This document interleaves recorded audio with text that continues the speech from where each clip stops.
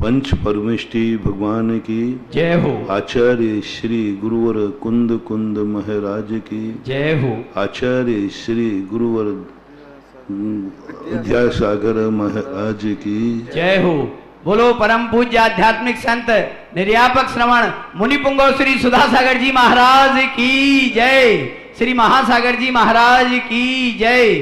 श्री निष्कंप सागर जी महाराज की जय। पूज्य गुरुदेव से प्रार्थना।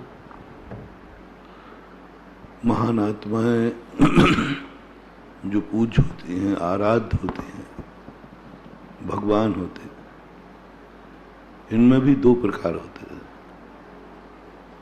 कुछ लोग भगवान तो बन जाते हैं, लेकिन दुनिया उन्हें भगवान मानती नहीं, और ना उनके ज्ञान का विषय बनता है, ना उनकी श्रद्धा का विषय बनता है। दूसरे भगवान वो होते हैं जिनको दुनिया मानती है, उनको एहसान मानती है, उनके जाने के बाद उनके मंदिर बनाती है, उनके जाने के बाद उनका नाम लेती है, उनके जाने के बाद भी उनका अतिशय इस दुनिया में विद्यमान होता है। उसके बाद भी लोगों का मन होता है कि वो चले गए तो क्या हुआ, नाम तो मुझे याद है, वो चले गए तो क्या हुआ, उनका काम तो मेरे सामने है, वो चले गए तो क्या हुआ, उन्होंने जो उपकार किया है वो तो आज हमारे साथ मौजूद है। प्रत्येक व्यक्ति को जाने के पहले, चाहे वो मरण को प्राप्त हो अथवा निर्माण को, कुछ जीते जी देवता बनना है। जो दुनिया में रह करके देवता बन गया, वो देवता तीर्थंकर होते हैं, महान होते हैं। हर व्यक्ति को पहले देवता बनना है, दुनिया में रहकर दुनिया का देवता, दुनिया का जगन्नाथ बनना है पहले। जगन्नाथ तो सभी हैं, भगवान जितने बन जाते हैं, लेकिन वो जगन्नाथ कहलाते हैं जो संसार में थे तब भी लोग उन्हें भगवान मानते थे। जब वे संसार में थे तब भी लोग उन्हें देवता मानते थे। जब वो संसार में थे, हर व्यक्ति कहता था कि ये मनुष्य नहीं, मनुष्य के भेष में देवता है। इसलिए अभी अपने वर्तमान में प्रसंग चल रहे हैं कि संसार में हमें रहना जरूरी है। यदि हम कुछ ऐसा कर गुजरना चाहते हैं, पता नहीं मरने के बाद कोई मुझे देवता मानेगा या नहीं, मरने के बाद भी मैं देवता बनूंगा या नहीं, लेकिन मैं जीते जी देवता बन के दिखाऊंगा। जिनके पास आते ही अंधेरा दूर हो जाता है, जिनका नाम लेते ही अंधेरा दूर हो जाता है। आस्ताम तो वस्त मन मस्त समस्त दोषम तो संग कथा भी जगताम दुरतानी हंते। उनके कथा, उनके चरित्र को सुनते ही अंधकार दूर हो जाता है, वो देवता है। अब ऐसे कौन से देवता हैं जिनके नाम लेते ही उन देवताओं के लिए सबसे पहले क्या करना पड़ा। आज वो भगवान के नाम से पूज रहे हैं सारी दुनिया में। आज रामचंद्र जी हजारों वर्ष पहले मोक्ष चले गए, आज उनकी पूजा हो रही है, लोग याद कर रहे हैं। आज तीर्थंकर, महावीर, स्वामी आदि सब मोक्ष चले गए, आज भी अपन उनका नाम ले रहे। आखिर उनका क्या किया उन्होंने ऐसा? कुछ नहीं बंधु, उनका जीवन चरित्र उठाओ, वो अपने लिए जिए ही नहीं। उन्होंने, उनकी कभी आंख खुली है तो अपने लिए नहीं खुली कि आंख कांटा पड़ा तो नहीं है। उनकी खुली है आंख तो इसलिए खुली है, कोई जीव मेरे पैर से कुचल तो नहीं रहा। क्या बात महानुभाव, महान आत्माओं का सब कुछ जीने के पहले की बात कर रहा हूं, भगवान बनने के बाद नहीं। भगवान बनने के पहले, मोक्ष जाने के पहले। भगवान बनने की बात की तो अपन कोई चर्चा करने की जरूरत नहीं, वो अपने हाथ में नहीं है। भगवान बनने के बाद मेरा क्या स्वरूप होगा वो हमारे हाथ में नहीं है। उस समय तो सब नियत की धारा में बह जाता व्यक्ति। सिद्ध बनने के बाद कोई पुरुषार्थ नहीं, जो है वह है, बस कुछ नहीं। भगवान बनते समय भी कुछ भी नहीं है, भगवान बन गया, खत्म हो गया। भगवान बनने के पहले का मार्मिक चीज, भगवान बन जाना, भगवान बनने के बाद सब कुछ नियत के अधीन है, हमारे अधीन कुछ नहीं। वो आत्मा कुछ भी नहीं कर सकती, कुछ भी नहीं। एक नियत प्रोटोकॉल निश्चित है, केवल ज्ञान के बाद सब कुछ नियत हो जाता है। केवल ज्ञान के बाद सब कुछ उनकी जिंदगी नियत हो जाती है।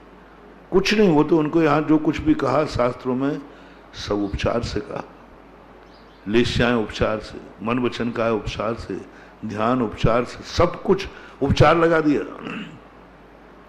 क्योंकि उनकी कोई इच्छा ही नहीं, वो कोई पुरुषार्थ कर नहीं रहे, पुरुषार्थ हो रहा है। परिसर उपचार, सब कुछ जितना भी सिद्ध अनंत भगवान में लगाते हैं सब उपचार से लगाते हैं। क्योंकि वो कुछ करते ही नहीं, कुछ करने का उनका मन ही नहीं होता है ही नहीं, कोई है नहीं। वो तो एक नियत प्रोटोकॉल में निश्चित बन गए, इतने समय पर तुम्हें ध्यान करना है, समुद्घात करना है, अपने आप हो जाएगा। कर्मों का घातिया, कर्मों का घातिया, कर्मों का क्षय, अपने आप एक व्यवस्था बनी हुई है, हो जाए। कुछ नहीं, ना अकाल में मर सकते हैं, ना एक समय पहले जा सकते हैं। इसलिए भगवान बन के कुछ नहीं कर पाओगे तुम। भगवान बनने के बाद तुम कुछ नहीं कर पाओगे।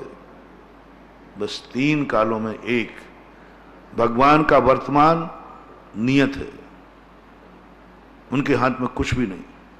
भगवान का भविष्य उनके हाथ में नहीं, एक नियत धारा के में बह करके अनंत काल तक वो रहेंगे। भगवान के पास से लौट के आऊंगा, तेरी औकात तो देख, काय का मंदिर है? कोई पूछे तो पागल हो गया क्या? भगवान के पास से लौटा जाता है क्या? भगवान के पास जा रहा हूं, तुम पहले ही कह गया बस अभी लौट के आया, बस डूबोगे। यही तो कहा था हनुमान जी ने, जब रामचंद्र जी ने पूछा कि हनुमान ये बता, तेरा पत्थर तैरता है और मेरा क्यों डूबता है? पूरी कहानी तो बहुत बार सुनी, अब इतने ही सा जो हनुमान ने कहा, बोले प्रभु सीधी सी नीति है, जो आपके हाथ में आने के बाद आपको छोड़ रहा है वो डूबेगा नहीं तो क्या खाक तैरेगा? और गजब तो ये हो रही है, आप छोड़ रहे हो, आप छोड़ रहे हो, आपको पाकर के आप छोड़ रहे हो। जिसे भगवान छोड़ देवे, और जो भगवान को छोड़ देवे वो तैर नहीं सकता, वो डूबेगा। और तेरा पत्थर क्यों डर रहा है? बोले मेरे पत्थर के हृदय पे भगवान का नाम लिखा है। मेरा पत्थर नहीं तैर रहा, भगवान तैर रहे। मेरा पत्थर पे तो भगवान का नाम लिखा है, आपका पत्थर तो आपके हाथ में जाकर के डूब रहा है, इसलिए तुम लोग डूब रहे हो। भगवान को पाके डूब रहे हो, भगवान के दर्शन पाके डूब रहे हो। क्या बात है, भगवान के दर्शन पाके डूब रहे, मंदिर में मर रहे हो फिर भी दुर्गति हो रही है, क्योंकि तुम डोलची सब्जी वाले के रख के आए हो। तुम किसी से कह के आए हो मंदिर से लौट के आता हूं, मंदिर से लौट के आता हूं, पूजा करके आता हूं, मत कहना, मत कहना, बस जा रहा हूं। मन में भाव, भगवान के पास से क्या लौटना? लौटने के थोड़ी जाया जाता, लौटने के थोड़ी जाया जाता। माला बंद करने के लिए थोड़ी फेर जाता, माला फेर रहा हूं, बस फेर रहा हूं। कब तक फेरेगी? कितना टाइम? कुछ नहीं, क्या पता उसी माला में प्रवचन सुनने जा रहे हो, कितनी देर में? हाँ महाराज जी का प्रवचन है, 1.5 घंटे तो ले ही लेते हैं, और 2-5 मिनट वो और मान लो। अच्छा, आजकल तो नहीं लेते महाराज जी, पहले तो 1.5 घंटे के 2.5 भी कर दें तो भरोसा नहीं। लाइव फिक्स हो गया। आजकल क्या तो लाइव में फिक्स कर दिया। हाँ 1.5 घंटे में आ जाऊंगा, मत आना। क्या पता, आहा महानुभाव, कल्पना करो रे, कल्पना करो, क्या पता आज महाराज का प्रवचन कैसा हो जाए और मैं लौट के ही नहीं आऊं, वैराग हो जाए और दीक्षा लेने का मन हो जाए। क्या पता, क्या पता, क्योंकि ऐसा मैंने कहानी सुना दी, हुआ है। क्या पता रास्ते में वैराग हो जाए, मिल जाए निमित्त, जीवन के किसी भी क्षण में वैराग हो जाए। क्या प्रवचन सुनते सुनते वैराग नहीं होगा? महाराज नहीं होगा, आप चिंता मत करो। है ना, फिर काय को सुना? तुम्हें खुद मालूम है कि मुझे महाराज की वाणी का कोई प्रभाव पड़ने वाला नहीं है। कोई कहे भैया तुम कहाँ प्रवचन सुनना है, लौट के आओगे कि नहीं आओगे? अरे कैसी बात करते, पागल है क्या? लौट के 1.5 घंटे बाद लौट के आ जाऊंगा। सामने वाले ने कहा कि कहीं महाराज का ऐसा प्रवचन होता है कि अच्छे अच्छे लोग फिर संसार छोड़ देते हैं। देख लो छोकरा दर्शन करने जा रहा है आचार्य श्री का, हाँ वहां ऐसा होता है कि जो जाता है फिर वो लौटता नहीं है। तो तुम क्या मेरे ऊपर महाराज का क्या प्रभाव पड़ेगा? मैं मजबूत हूं, कोई चिंता की करने की जरूरत नहीं है। इसका अर्थ है कि तुम पहले से निर्णय करके आए हो कि महाराज की बातों का मेरे ऊपर कोई प्रभाव पड़ने वाला नहीं है। कितना भी वैराग का उपदेश देते मुझे वैराग होने वाला नहीं है। काय का प्रवचन है? क्यों सुनो? तुमने पहले ही कह दिया फेल होना है। वो कहता देखो इस क्लास में मैं फेल होऊंगा पक्का है, मास्टर जी मुझे पढ़ाओ।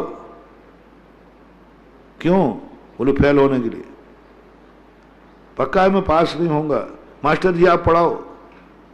अरे भाई मास्टर पढ़ाता है पास होने के लिए, फेल होने के लिए? तो पहले ही कहता मुझे तो फेल होना। महाराज जी मास्टर जी आप तो पढ़ाते जाओ, हमारे पे कोई प्रभाव पड़ने वाला नहीं, क्योंकि हम पहले से मान चुके मुझे तो फेल होना है। ऐसे ही तुम महाराज प्रवचन सुनाओ, प्रवचन सुनाओ, लेकिन चिंता मत करना महाराज मेरे ऊपर कोई प्रभाव पड़ने वाला नहीं है, क्योंकि हम पहले ही संकल्प करके आए हैं कि वापस आऊंगा। एक बार कभी सुनना, एक दिन करना आनंद को। हमने वो आनंद लिया है, बहुत बार लिया, बहुत बार सामायिक की है, अनियत सामायिक। एक नियत होती है और एक अनियत। नियत सामायिक की अपेक्षा अनियत सामक बड़ी थोड़े समय हुई, लेकिन उसका आनंद अलग आता है। बड़े बड़े नियत विहार किए हैं, लेकिन अनियत विहार का आनंद अलग अलग। आज कहां रुकोगे? कहीं नहीं। कहां जाएंगे? कहीं नहीं। बड़ा आनंद आया, बड़ा आनंद आता। चलते समय हमारे आचार्य से ये कहते हैं अनियत विहार का आनंद तो देखो क्या है, नियत विहार का आनंद नहीं है। हमारे आचार्य से अनियत विहार का बहुत आनंद लेते, उनको खुद पता नहीं है। ऐसा मत समझना कि वो नाटक करते अपन को परेशान करने के लिए, उनको खुद पता नहीं है। चल देते, चलो चौराहे पे देखते हैं, कहां रुकोगे? बोले चलो चलते, चलो चलो चलते। एक बार ग्वालियर से मुरैना का बिहार हुआ, 41 किलोमीटर है। आचार्य ने कहा कि चलो अपन चलते हैं। महाराज जी आप रात कहां रुके? बोले चलो चलते। चलते गए चलते गए चलते गए, 41 किलोमीटर शाम में मुरैना पहुंच गए। और वो 3 दिन का रास्ता था, 15-16 ऐसा किलोमीटर में जाते थे। आचार्य जी चलते चलो अनियत विहार। उस दिन जो आचार्य ने कहा देखो क्या मजा आ गया अनियत विहार का। अनियत विहार का आनंद अलग है, बहुत आनंद। पूज्य आचार्य महाराज के की आज्ञा से विहार करके मुक्तागिरी, शायद सन में इधर उधर हो सकता है, 1990 की घटना है। मुक्तागिरी चतुर्मास के बाद आचार्य सिंह ने और हमारे साथ एक एलक जी थे, निसंग सागर जी महाराज, बिहार किया। हम लोग वर्धा की तरफ बिहार कर रहे थे, नागपुर जाना था और चल रहे थे। जो शास्त्र वगैरह थे सब वर्धा समाज को समाचार पहुंच गए। बीच में कोई रास्ता था ही नहीं, सीधा वर्धा पहुंचना था। वर्धा वही विनोबा भावे वाला। हमें भी उत्साह था कि चलो विनोबा भावे का आश्रम भी देखेंगे, वर्धा एक आध दिन रुक करके देखेंगे। बहुत भावना लेके चले। हम लोगों ने चर्चा भी कर ली, शब्द से, कोई संकल्प नहीं किया, चर्चा कि वर्धा चलेंगे तो वहां पर आश्रम देखेंगे, विनोबा भावे जी का आश्रम है। उनके प्रति हम लोगों का वैसे ही अच्छा भाव रहता है कि बहुत अच्छे व्यक्ति थे। आचार्य श्री उनकी बातों को संस्मरण जरूर सुनाते थे, उनसे बड़े प्रभावित भी थे, क्योंकि उन्होंने एक बात कही, महावीर से बढ़कर और गीता को छोड़कर मेरे जीवन में किसी का प्रभाव नहीं। वे महावीर से प्रभावित हुए थे संलेखना से, कि जो मरने की कला जैन दर्शन में है वो दुनिया में असाधारण है। महावीर ने जो मरने की कला दिखाई कि मरने को, मृत्यु को महोत्सव का रूप दे दो, और वो उन्होंने महावीर की थी। ठीक भगवान महावीर स्वामी का निर्माण हो रहा है और उसी दिन संलेखना पूर्वक मरण करके वो प्रयाण कर गए। हम लोग उस समय नैनागिर में थे, चतुर्मास का निष्ठापन चल रहा था। उस समय वीडियो तो ये तो थे नहीं, रेडियो था वो ट्रांजिस्टर। उसमें समाचार आया विनोबा भावे ने सूर्य की किरण निकलते ही शरीर छोड़ दिया। आचार्य ने कहा देखो ये कहलाती भावना। वो सदा कहते थे महावीर निर्माण महोत्सव, चतुर्मास का निष्ठापन चल रहा था, निर्माण लाडू चल रहा था नैनागिर में। तुरंत आचार्य ने कहा देखो जाकी रही भावना जैसी सो देखी। ये महावीर जैसा मरण करना चाहते थे और आज महावीर स्वामी के दिन ही इन्होंने प्रयाण किया। वो मैं अनियत विहार की बात कर रहा था, आनंद वर्धा पहुंचने वाले थे। शाम को आहार हुए एक नदी किनारे और विहार करते समय एक रास्ता मिला शौच के लिए। तो हमने कहा चलो लघु संगा जाते हैं। लघु संगा गए। लघु संगा के जाने का थोड़ा सा लोग थोड़ा और आगे चले गए। आगे जाते ही लघु संगा किया। लघु संगा करने के बाद कायेश्वर कर रहा था। वहां एक बोर्ड लगा था छिंदवाड़ा का रास्ता यहां से। अब देखना अनियत विहार का आनंद देखना। मन में भाव आ रहा है कि इधर चलो, क्या नियत बंद के चलते हो, क्या प्लानिंग से चलते हो। मैंने संसार बुला रहा हूं, तुमने संसार के हमें लघु संसार नहीं जाना है। तो ये समझ रहे महाराज कह रहे स्थान अच्छा है, सोच लघु तो कह रहा हमें नहीं जाना। तो हम कहे आओ तो सही। वो कह रहे मुझे जाना ही नहीं है। और बस मुड़ गए इधर। जाना था नागपुर, आ गया छिंदवाड़ा। रास्ते में ऐसी आनंद की अनुभूति हुई, हे प्रभु आप भी ऐसी अनियत विहार करते थे। चलते चलते चौराहे बदल जाए, चलते चलते रास्ते बदल जाए। हमारे आचार्य जी बहुत रास्ते बदलते। एक बार खजुराहो के अंदर सन 1981 में आचार्य जी ने शिखर जी का जम के रास्ता पूछा, नक्शा बना के पूछा, ये पूछा। और शिखर जी चाचा देखो तुम लोग ऐसा करना, इस प्रकार के करना, ऐसा करना, ऐसा करना, ज्यादा किताबें मत रखना, रास्ते में कोई पढ़ाई वढ़ाई नहीं होना है। यानी ऐसी प्लानिंग थी जैसे बिल्कुल जाने हूं। हम लोगों ने सब ने बस्ते खाली कर दी। मात्र एक धर्म ध्यान, और एक धर्म ध्यान भी 3 महाराजों में एक धर्म ध्यान बीच में रखेंगे। तुम भी देख प्लानिंग बनाई बड़ी, 1 हफ्ते चली पूरी प्लानिंग। पंचकर्णक था खजुराहो का, पहला पंचकर्णक था सन 81 में। सब ने बिल्कुल पूरे सब। और हम लोग आचार्य से हम लोगों ने सब बिल्कुल कोई साथ पढ़ने का नहीं। 3 व्यक्तियों में एक धर्म ध्यान दीपक है और सबका एक बस्ता है, बस सब एक ही बस्ता था सबका। क्योंकि उस समय 12-13 साधु थे मुश्किल, 4-5 धर्म। आचार्य से बड़े करो, अच्छा ये कर लिया तुमने, बहुत अच्छा, बहुत बढ़िया, बहुत किया। मैं यही चाह रहा था कि तुम लोग पढ़ने के इतने चेटू हो कि हम लोगों को किताब का कीड़ा कहते ही थे। आचार्य जब भी देखो तो पढ़ते ही रहते थे। आचार्य जी कहते तक क्या पढ़ते हो, अब पढ़ने की आदत थी, पढ़ते रहते थे। कोई ना कोई किताब हाथ में जरूर रहती थी। बिहार में रहते थे तो बिहार में जैसे कहीं बैठ जाएंगे तुरंत पढ़ना शुरू कर देते थे। चाहे भले वो साहित्य की किताब पढ़े, धर्म की नहीं पढ़े। साहित्य होते ना, मुंशी प्रेमचंद जी, जिनेन्द्र जी आदि, इनका साहित्य हम लोगों ने प्राय बिहार में ही पढ़ा है। पूरा साहित्य बिहार में पढ़ा। क्षमा साहित्य थे हम लोग, तो बस अदला बदली करके किताब पढ़ते रहते थे। जिनवानी नहीं पढ़ते थे, बस जैसे ही थोड़ा कहीं बैठने का हुआ बस वो पढ़ लेते थे। तो आचार्य जी कहते बहुत अच्छा रहा, तुम लोग बिना किताब के भी रह जाओगे, ये मुझे खुशी है। और रास्ते में कोई लाइब्रेरी जैन के घर है ही नहीं। तो हम लोग नहीं हम लोग रह जाएंगे, क्योंकि शिखर जी के मन का इतना उत्साह था। हम लोग सब थक चुके थे, पूरे थक चुके थे। कहीं से कुछ भी उम्मीद नहीं थी, क्योंकि मुक्तागिरी से खजुराहो हो गए थे डायरेक्ट। पैरों की हालत, खून बहता था पैरों से।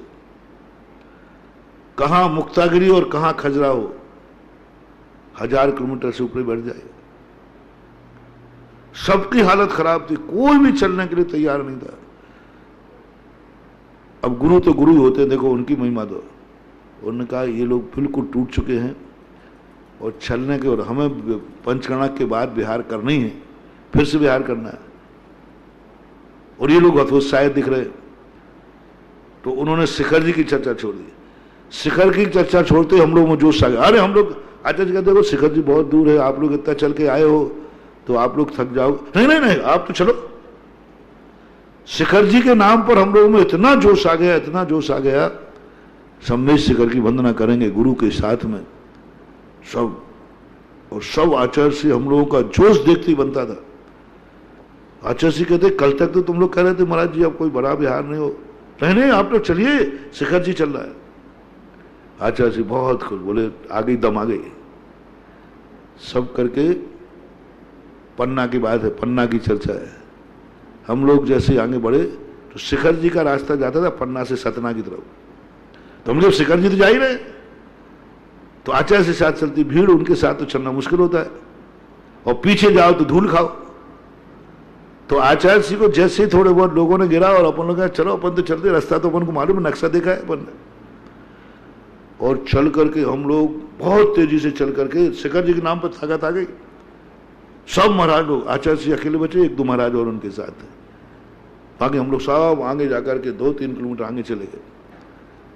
चौराहा आया, चौराहे पे आचार्य जी 1 मिनट तो खड़े हुए, लोगों ने बताया, और बस वे तो मुड़ गए देवेंद्र नगर की तरफ। और हम लोग 2 किलोमीटर आगे, लोगों ने महाराज नहीं आ रहे, मन के आचार्य जी नहीं आ रहे, रास्ता आचार्य से बताओ, शिखर जी का रास्ता ये है। वो भूल गए होंगे। तो आज लोग महाराज जी, महाराज लोग कह रहे हैं कि शिखर जी का रास्ता ये तो वो उधर MP नैना की तरफ जाता है। तो आचार्य जी कहते हैं उनसे कह दो महाराज जी को मालूम है। अब 2 किलोमीटर जो हम लोग लौटे, 200 किलोमीटर से ज्यादा थे वो 2 किलोमीटर। और आचार्य जी शाम को जहां रुके वहां हम लोग पहुंच ही नहीं पाए। आचार्य जी अलग रुके, हम लोग अलग रुके, पहुंच ही नहीं सके वहां पर। आचार्य जी क्यों नहीं आ पाए? बोले महाराज वे लोग बहुत थक चुके हैं। बोले शिखर जी के लिए नहीं थके थे, शिखर जी के लिए तो मेरे से आगे निकल रहे हैं, और यहां तक नहीं पाए, 8 किलोमीटर नहीं चल पाए। देखो कैसी बात है।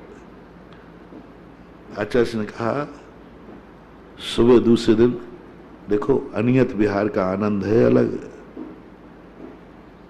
शिखर जी की वंदना में भी वो आनंद नहीं है जो अनियत विहार का आनंद है। बोले मेरा मन भी था, मैं भी खजुराहो से उठा था, तो यही सोच के उठा था कि सत्य के रास्ते पे चलना है। आचार्य ने खुद कहा मेरे मन में भी यही था, मेरे भाव में यही था, और मैं भी यही बनकर कदम बढ़ा रहा था। लेकिन चौराहे पर आकर के मन ने कहा नियत विहार कब से सीख गए तुम?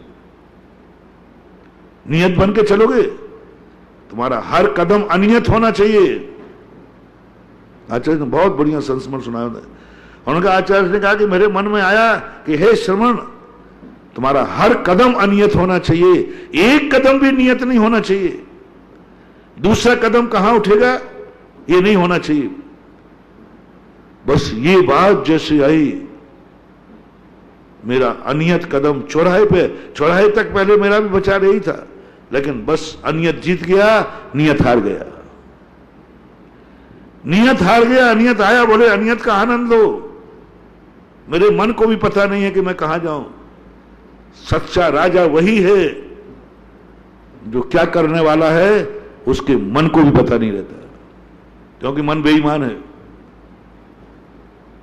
अच्छा राजा अपने अंदर की कोई भी बात, राजनीतिक बात, अपनी पत्नी को भी नहीं बताता, मां को भी नहीं बताता, अपने मन को भी नहीं बताता, क्योंकि मन किसी से प्रभावित हो सकता है। अच्छा राजा जो है अपने मन को भी नहीं बताता, मन से बहुत बातें छुपा के रखता है।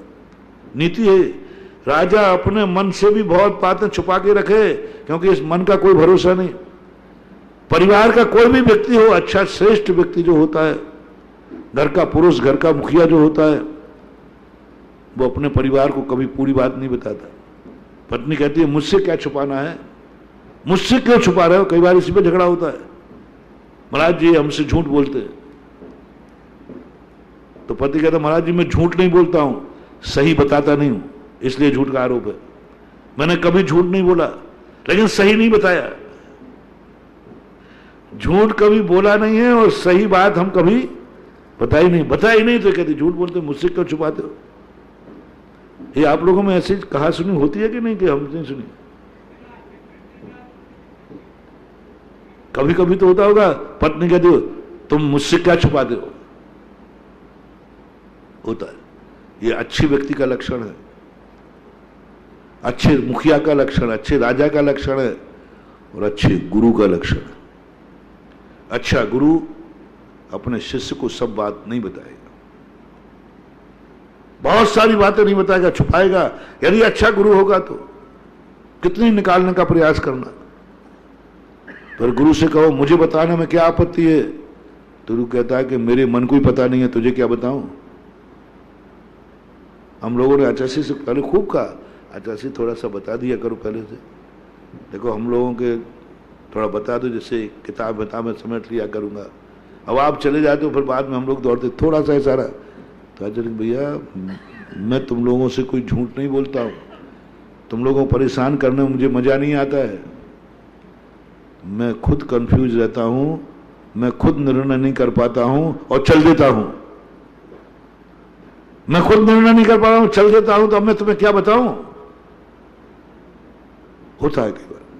तो अनियत विहार का साधु का जो बात कर रहा था, अनियत हो जाओ, हर धार्मिक क्रिया में अनियत हो जाओ, 24 घंटे में अनियत हो जाओ, बस हर क्रिया करो अनियत, खास तौर से धर्म की, क्योंकि प्रमाण सीमा पाप की बनाई जाती है, धर्म की नहीं।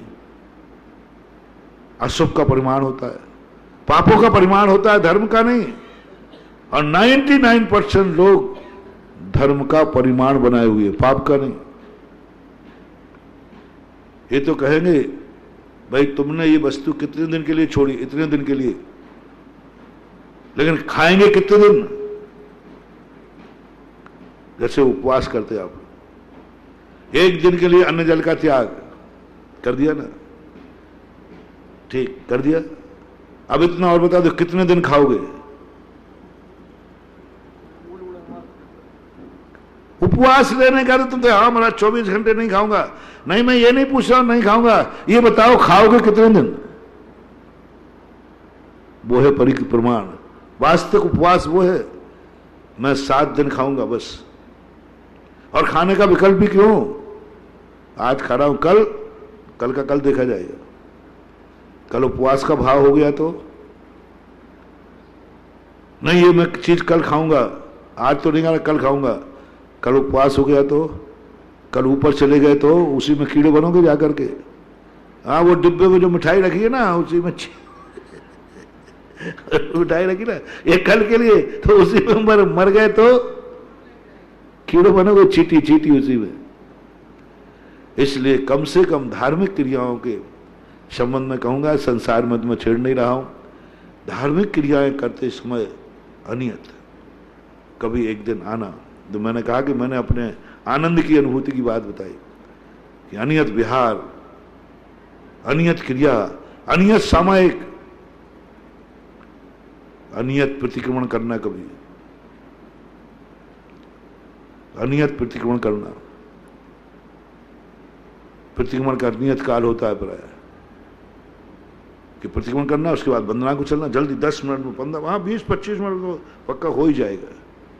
कई बार हम लोग भी कह देते हैं अरे प्रतिक्रमण करना कितने टाइम, अरे 20-25, अधिक से अधिक 20-25, जल्दी कर लूंगा, मैं थोड़ा जल्दी कर लूंगा, करते भी हैं। उस प्रतिक्रमण मजा नहीं।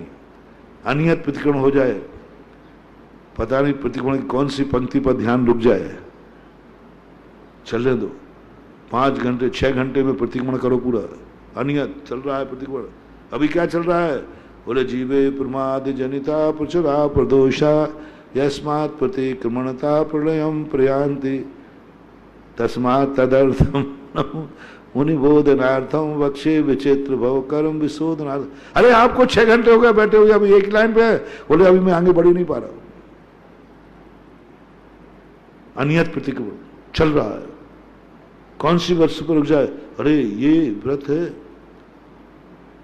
ये व्रत है, इस व्रत में तो मैंने इतने बार दोष लगाए, इस व्रत को तो वहां भी दोष लगा। प्रतिक्रमण पाठ इतने जल्दी होता है कि दोषों का स्मरण करने का मौका ही नहीं मिलता। हाँ,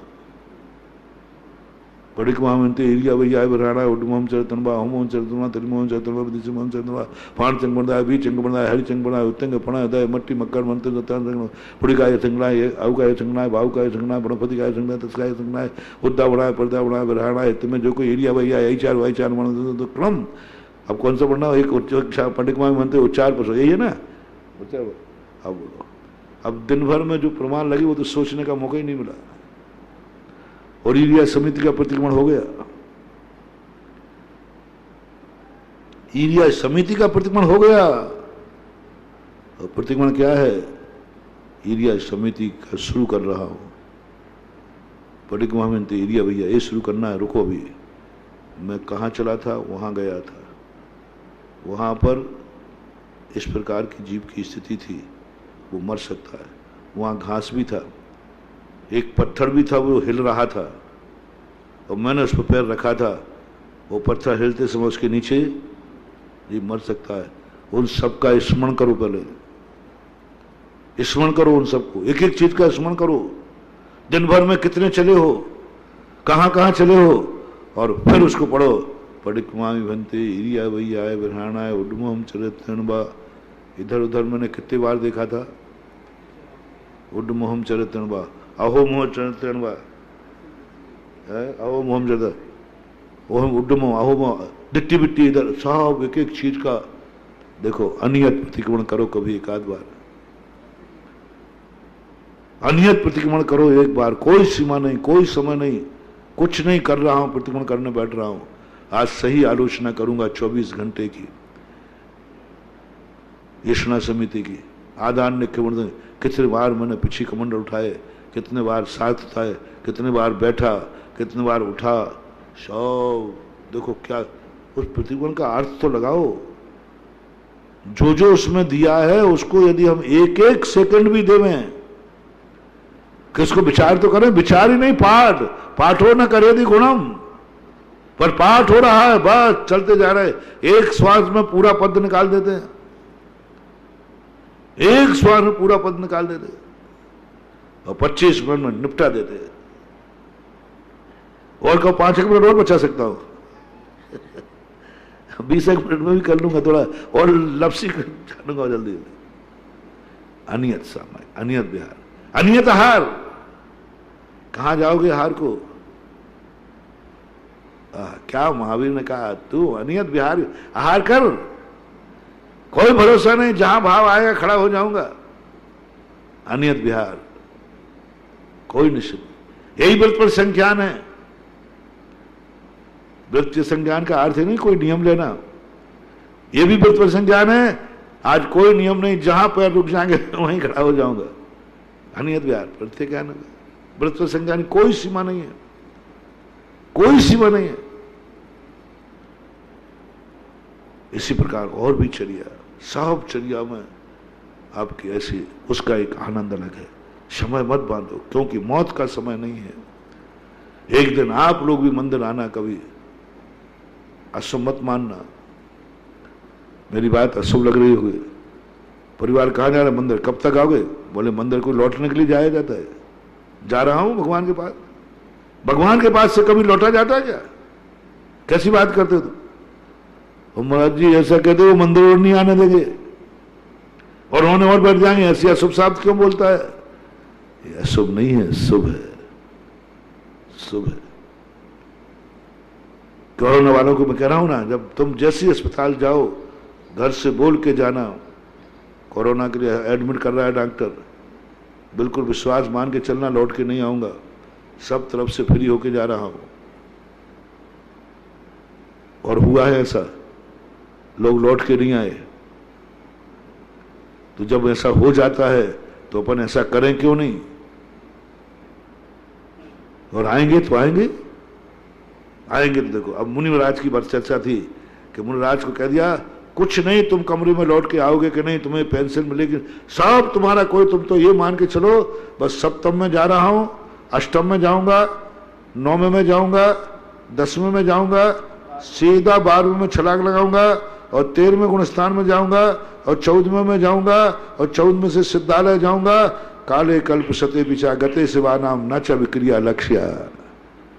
मैंने दीक्षा ही ली इसीलिए है, फेल होने के लिए नहीं दी। पहले दिन का सप्तम गुण स्थान बता रहा हूं किनको बनता है। जो ये भावना बातें कहां लौटना है ही नहीं हमें। गुरु का अंतिम वाक्य सुनो, इसके बाद सुनने नहीं मिलना है। गुरु को अंतिम दर्शन करो, इसके बाद दर्शन करने नहीं मिलना है। इसके बाद तुम गुरु से दर्शन नहीं कर पाओगे क्योंकि दीक्षा ले रहे हो। अंतिम दर्शन कर लो गुरु का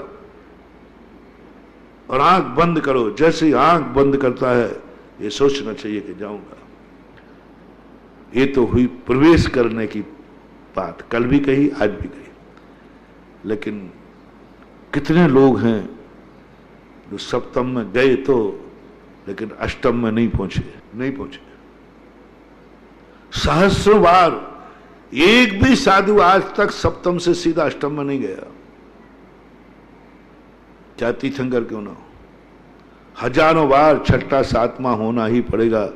गिर गए, कोई बात नहीं। तुमने प्रयास पास होने का किया था कि फेल होने का?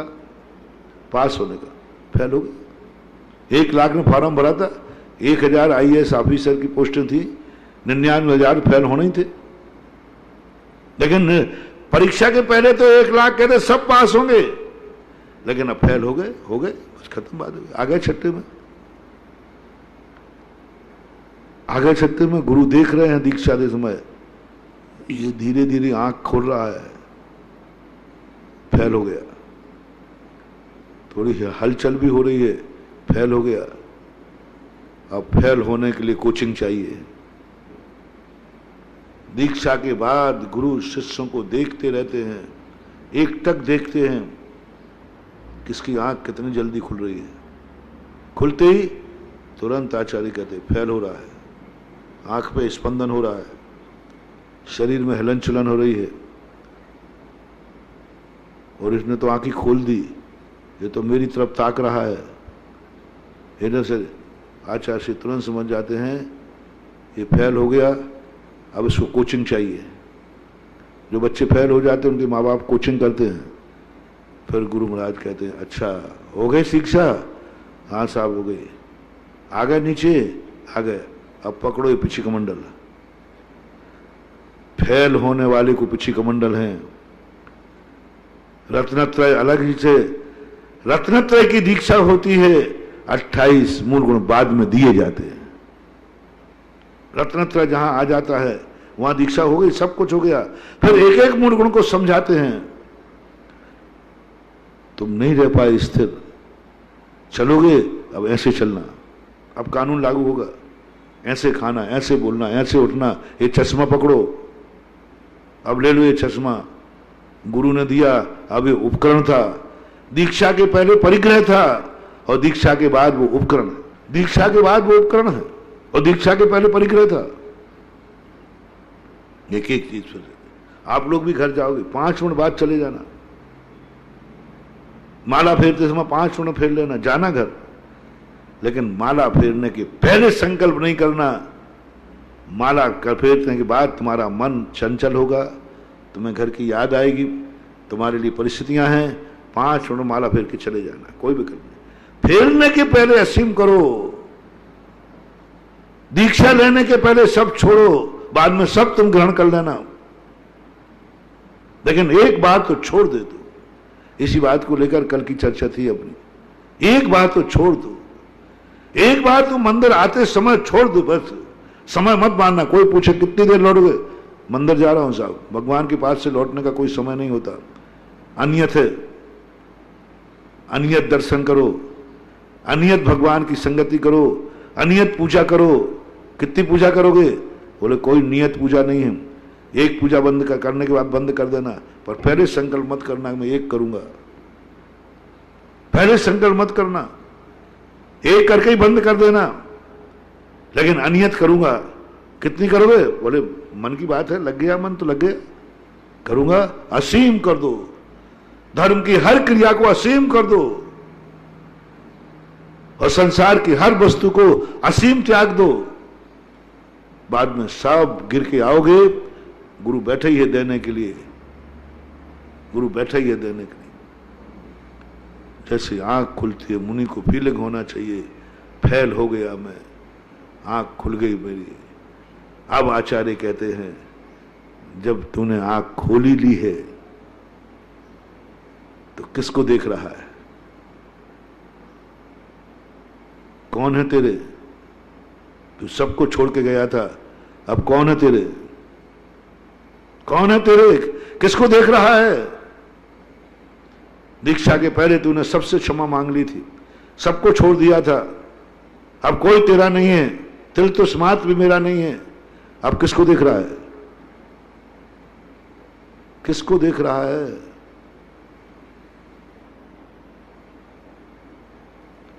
किससे बोल रहा है? किसकी सुन रहा है? किसके संबंध में सोच रहा है? कहां जा रहा है? क्या करेगा? प्रश्न है, प्रश्न है। मां बाप को देख रहा है, छोड़ चुका है। परिवार बाल बच्चों को खोज रहा है, तेरी आंखें त्याग चुका है। अपने मकान को देख चुका है, देख रहा है, त्याग चुका है। जो जो चीजों को तुम देखोगे सबको त्याग चुके हो, सबको त्याग चुके हो। आहार करूं, छोड़ चुके हो, छोड़ चुके हो। चश्मा उठा लो, छोड़ चुके हो। सब छोड़ चुके हो, सब तुम कर चुके हो, कुछ नहीं। तब वो कहता है गुरुदेव आपने तो मुझे फंसा दिया। फंसाया नहीं, मार्ग यही है। अब ठीक है, देखना है, आंख बंद नहीं होगी? बोले नहीं देगी तो देख, आंख को इतना बड़ा कर लो कि किसी एक को मत देखना, सारी दुनिया को देखना। संबंध बनाना है तो सत्वेश मैत्री, सभी जीव को अपना बना ले।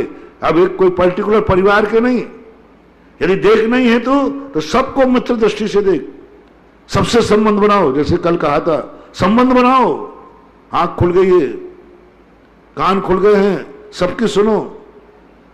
बोल रहे हो, सबसे बोलो, किसी व्यक्ति विशेष को मत बोलो। बोल नहीं है अब तो। भाव तो ये था कि तू आज के बाद कभी बोलेगा ही नहीं, लेकिन बोल नहीं है तो व्यक्ति विशेष से मत बोलना। जो कुछ बोलो सबके लिए बोलना, जो कुछ देखो सबके लिए देखना, जो सोचो सबके लिए छोड़ना, सुनो सबकी सुनना। आहार कौन किससे लोगे? असीम कर दो।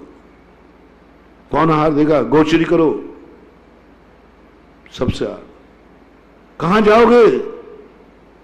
कोई दिग्व्रत नहीं, देशव्रत नहीं मुनि का। मुनि हो तुम, कहां जाना हो? नहीं नहीं, तुम्हारा कोई दिग्व्रत देशव्रत नहीं। जाओ, चलते जाओ, अनियत विहार करो। कहां जाओगे? दुनिया में, जन्नत में। सुबह उठते ही देशव्रत नहीं, कोई देशव्रत नहीं। आज दिन भर कहां चलोगे? किस दिशा में जाओगे?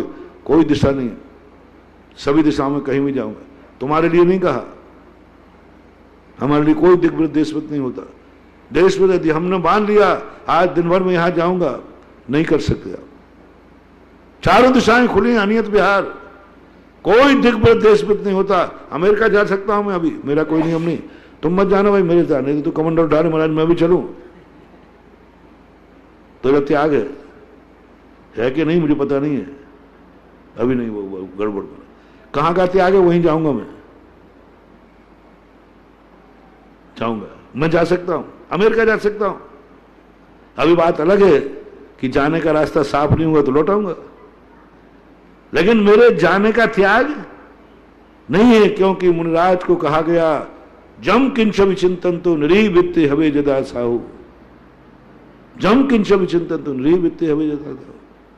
कितनी बड़ी बात कही। ये चिंतन पे मत लगाना, शब्द पे लगाना। हम कुछ भी चिंतन कर सकते हैं। जम किंचते, जब भी जो कुछ भी देखना चाहो सब देखो, अकेले चिंतन भी नहीं लगाना। साधु क्या देखेगा? सब देखो। क्या सुनेगा? सब सुनो। क्या बोलेगा? सब बोलो। कहां जाओगे? हर स्थान पर जाओ, सर्वत्र। क्या करोगे? सब करो। निर्वित्ते हवे जदा साहू, मूलच्छेदो न हवदे। बस तुम वह सब कुछ कर सकते हो जिसमें तुम्हारा मूल गुण, मूल मार्ग दूषित न हो, जिससे तुम्हारी अपराध वृत्ति न बढ़े, स्व और पर का आहित न हो। बस ये कर सके, फिर सब खोल दिया। अब इसलिए अपनी चर्चा चलती मैत्री की कि बनाओ मैत्री, बनाओ संबंध, जितने बनाओ, असीम कर दो संबंधों को। एक बात बनाओ जगत के संबंध। प्रवचन के प्रारंभ में कहा था ना हमने, कुछ सोचो जगत के संबंध। तुम जीते जी देवता बन जाओ दुनिया के। दुनिया कोई कहे कौन मरा है? बोले इस जगत का भगवान मरा है। कौन मरा है? जगत का देवता मरा है। अभी लाभचंद जी का जब हुआ सारोला वाले, सुना है कि वहां गांव वाले रह गए हम, वो मानने को तैयार नहीं है। उनके बेटे का नाम विनोद है। बोले तुम्हारा बाप नहीं मरा है, तुम्हारा पति नहीं मरा है, मेरा मालिक, मेरा देवता मरा है। गांव वाले, पुलिस रोक रहे, वो कहते नहीं मैं अपने देवता के मरने पर बैठने जाऊंगा। लाइन लगी है, आज 4 दिन हो गए, 5 दिन, कोई मानने को तैयार नहीं। वो कहते तुम्हारा बाप मरा ही नहीं, वो तो देवता था। तुम्हारा पति नहीं, वो तो सारे इस पूरे एरिया का स्वामी था, मालिक था। पति शब्द अकेले पत्नी के साथ ही थोड़ी लगता है। जगतपति, राष्ट्रपति, पति का स्वामी। वो तुम्हारे स्वामी नहीं था, हमारा स्वामी था, हमारा मालिक था। हर व्यक्ति कह रहा देवता गया है, देवता। बस मानवा, यही मैं 2-3 दिन से कहना चाहता हूं। जीते जी तुम भगवान कब बनोगे? सदमस्त अवस्था में तुम भगवान के नाम से कब पूजोगे? अरे भगवान बन के तो दुनिया पूछती है, भगवान बनने के बाद दुनिया पूछती है। और जो भगवान बनने के पहले भगवान बन के पूछता है वो महान होता है। उसके बनते हैं मंदिर, उनके बनते जो भगवान बनने के पहले भगवान बन गए, भगवान के नाम से पूज रहे। भगवान बनने के बाद तो दुनिया भगवान बन गई, लेकिन भगवान बनने के पहले कोई भगवान बन के दिखाए, कितना कठिन। भगवान बनने के बाद, मैं भगवान बनने के बाद सारी जगत को दिखा दूंगा कि मैं भगवान हूं। खड़े हो तो तुम्हें तो कहने की जरूरत ही नहीं, वो तो हो ही। भगवान नहीं बने हो, भावी पर्याय वर्तमान में आ जाए। मैंने तुम्हारी एक पूजा की पंक्ति सुनी, बड़ा सोचा। चलते फिरते सिद्धों सम चरणों में शीश झुकाता हूं। मैंने कहा ये सब मिथ्या दृष्टि है क्या? मिथ्या दृष्टि है क्या? ये मुनि महाराज को सिद्ध करे। सोचता हूं, विचार करता हूं, सोचते पता चला अरे ये कह रहे हैं हमारी मुनि दशा ही मुझे सिद्ध जैसी दिख रही है, यानी मुझे तो यही सिद्ध लग रहे हैं, अभी सिद्ध बने नहीं। जो मुनि को देखकर भक्त कहे मैं साक्षात अरहंत सिद्ध के दर्शन कर रहा हूं, समझ लेना वही सच्चा मुनि है, बाकी तो सब हैं सो है। उनको ऐसी प्रतीति हो जाए साक्षात जिन मुद्रा है। क्या अंतर है दोनों में? साक्षात जिनेन्द्र मुद्रा और इस मुद्रा में कोई अंतर नहीं आता है। वो एक कहते हैं, भजन गाते ना तुम, भगवान सच सच बताना, कहीं भगवान तुम ही तो नहीं हो, तुम ही तो नहीं हो। लोग कहते हैं कि मन मंदिर में भगवान वो है जो मन मंदिर में बैठता है, तो भक्त कहता है मेरे मंदिर में तो आप ही बैठे हो, कहीं आप ही भगवान तो नहीं हो। चूक जाए मुनि के दर्शन करते करते भक्त को भगवान की कल्पना हो जाए कि मैं मुनि का दर्शन कर रहा हूं कि भगवान का। नीचे के पढ़ना नहीं कर रहा हूं, मैं मुनि के दर्शन कर रहा हूं कि मुनीम का, ये नहीं कह रहा हूं। नीचे व्यक्ति का दर्शन करते उसमें ऊपर की कल्पना हो जाए। नीची दुकान ऊंचे पकवान, ऊंची दुकान फीके पकवान नहीं। दुकान तो नीची है और पकवान ऊंचा है। मुद्रा मुनि की है और दर्शन करने वाले को दिख रहा है साक्षात जिनेन्द्र भगवान, मैं तो भगवान के दर्शन करके आया हूं। भगवान के दर्शन करके। हाँ, साक्षात बोले भगवान नहीं महाराज हैं, मुझे तो कोई अंतर नहीं दिखा, मुझे तो कोई अंतर नहीं दिखा। भगवान की और गुरु की मुद्रा में कोई अंतर नहीं, एक समान। महानुभाव, मंत्र पकड़ो, होमवर्क पकड़ो, नीति पकड़ो। क्या तुम जहां हो, तुम्हारा भक्त दुनिया तुमसे ऊंचा मानने को तैयार है कि नहीं? तुम वो हो नहीं, लेकिन दुनिया तुम्हें मान रही है। तुम सिद्ध हो नहीं, वो सिद्ध मान रही है। तुम अरहंत हो नहीं, वो अरहंत मान रही है। तुम भगवान हो नहीं, भगवान मान रही है। तुम देवता हो नहीं, मनुष्य मरा है और लोग कहते हैं देवता मरा है। किस क्षेत्र में आपने ये ख्याति हासिल की है? किस क्षेत्र में क्या हासिल की है? कौन व्यक्ति तुम्हारे लिए कहने वाला है कि मैं तो साक्षात देवता का दर्शन? भगवान बनने के पहले भगवान बनने की प्रक्रिया बता रहा हूं मैं। भगवान बनने के पहले बहुत बलिदान मैंने तो सिर्फ देखा है, चिंतन किया है। भगवान बनना भी इतना कठिन नहीं है, लेकिन भगवान बनने के पहले भगवान के समान पूजना, भगवान के समान लोग मानना, भगवान के समान लोगों के मन में भाव आना, ये सबसे कठिन है। भगवान बनने में कोई कठिनाई नहीं है, ज्यादा कठिनाई नहीं, कोई कठिनाई नहीं है। सारी दुनिया बनती 608 बनते हैं, 608 बनते, 6 महीने 8 सब भगवान बनते। काय का कठिनाई है? नियम है। लेकिन भगवान बनने के पहले दुनिया के भगवान बन के दिखाओ। महाराज जी, जब भगवान ही नहीं बना तो भगवान करके कैसे दिखाऊं? यही तो है, नहीं तो काय को चिल्ला रहा मैं? नहीं तो मैं कह देता 18,200 से रहित हो जाओ, भगवान बन जाओ। नहीं, संसार में रहकर संसार को तज सकता है। संसार में रहकर, संसार छोड़ने के बाद महाराज मैंने संसार छोड़ दिया, अरे वो तो सब छूट गया, मुझे दिख रहा है। संसार में रहकर प्राणी संसार को तज सकता है। एक कभी संस्मरण शायद सुना होगा, एक जोक छोटा, एक ऑफिसर ने इंटरव्यू ले रहा था, बोले जाओ डाक खाने, दो चिट्ठी होती ना, पहले चिट्ठियां आती थी, पोस्ट कार्ड लेके आओ बिना पैसे का। हर कहते भाई सब चीज फोकट में मिल जाती साहब, पोस्ट कार्ड कभी फोकट में नहीं मिलते डाक खाने के। बोले पैसे तो सब लेके दिखाते हैं हम, तो बिना पैसे के लाके दिखा तो इंटरव्यू पास होगा। 60 विद्यार्थी सबने कहा था पोस्ट कार्ड तो फोकट में नहीं आता, फोकट में नहीं आता, तो पैसा लगते, चाहे हमारे लगे चाहे किसी के, पोस्ट कार्ड तो लगते। तो ऑफिसर कहता है नहीं, पैसे में तो दुनिया लाके देगी, तो बिना पैसे का लाके दिखा। तो बोले क्या पोस्ट कार्ड में डाका डालूं? बोले डाका नहीं डालना, लेके आना है। एक विद्यार्थी था, उसने कहा साहब कितने चाहिए? बोले बिना पैसे। हाँ साहब बिना पैसे के, आप पहले देख लो मेरे पास कोई पैसा नहीं है। और एक व्यक्ति लगा दिया यदि मैं बिना पैसे का लाऊं, कहीं से पैसा मांग के लाऊं। कितने चाहिए साहब? बोले एक नहीं ला पा रहा कोई, तो कितने लाएगा? बोले आप तो बोलिए कितने चाहिए? बोले 5 पोस्ट कार्ड ला, बिना पैसे के लाना जी।